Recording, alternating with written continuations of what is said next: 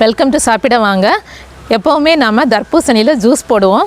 ஆனால் இந்த தடவை நாம் தர்பூசணியில் ஒரு குலுக்கி சர்பத் பண்ண போகிறோம். இது ரொம்ப வித்தியாசமான ஒரு சுவையில் இருக்கும். வீடியோ ஸ்கிப் பண்ணாமல் கடைசி வரைக்கும் பாருங்கள். இது வரைக்கும் நம்மளோட சேனல் சப்ஸ்கிரைப் பண்ணல அப்படின்னா கண்டிப்பாக சப்ஸ்கிரைப் பண்ணுங்கள். அப்போ தான் நம்ம போடுற வீடியோஸ் எல்லாமே நீங்கள் தொடர்ந்து பார்க்க முடியும். வாங்க இந்த தர்பூசணி குலுக்கி சர்பத் எப்படி பண்ணுறதுன்னு பார்க்கலாம்.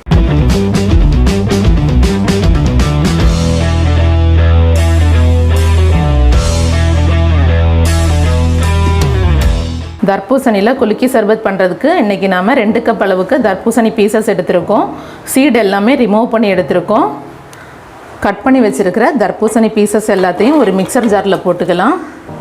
இது கூடவே 2 டேபிள் ஸ்பூன் அளவுக்கு சுகர் சேர்த்துருக்கேன். சுகர் உங்களோட தேவைக்கு ஏற்ற மாதிரி எக்ஸ்ட்ரா வேணாலும் சேர்த்துக்கோங்க. இதை நாம் இப்போ நல்லா கிரைண்ட் பண்ணி எடுத்துகிட்டு வந்துடலாம்.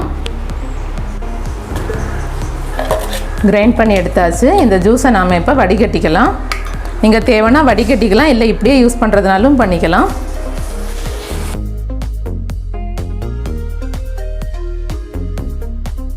இது மாதிரி நல்லா வடிகட்டி எடுத்துக்கோங்க. அடுத்ததாக நாம் இது மாதிரி ஒரு டப்பா இல்லாட்டினா ஒரு வாட்டர் பாட்டில் எடுத்துக்கோங்க.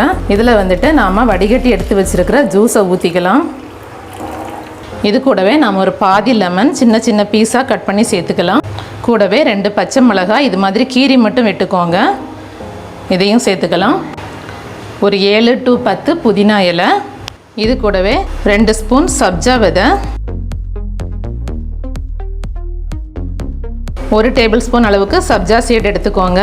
இதை வந்துட்டு ஒரு கப்பில் போட்டுட்டு 1/4 கப் தண்ணி ஊற்றி ஒரு 15 நிமிஷம் வச்சுட்டிங்க அப்படின்னா இது மாதிரி ஆகிடும்.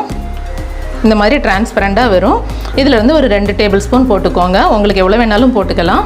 இது கூடவே ஒரு 1/4 டீஸ்பூன் உப்பு சேர்த்துக்கோங்க. கூடவே தேவையான அளவுக்கு ஐஸ் க்யூப் சேர்த்துக்கோங்க. இப்போது இந்த பாட்டிலை நம்ம நல்லா க்ளோஸ் பண்ணிக்கலாம். டைட்டாக க்ளோஸ் பண்ணிவிடுங்க. உங்களால் முடிஞ்ச வரைக்கும் நல்லா இது மாதிரி ஷேக் பண்ணிக்கோங்க.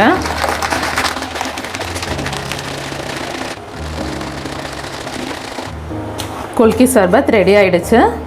இப்போ நாம் இதை டம்ளரில் ஊற்றிக்கலாம்.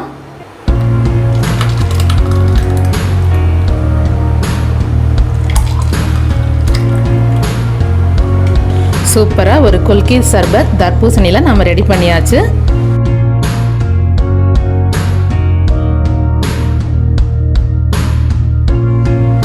இது மாதிரியே தர்பூசணியில் குலுக்கி சர்பத் நீங்களும் வீட்டில் செஞ்சு பாருங்கள்.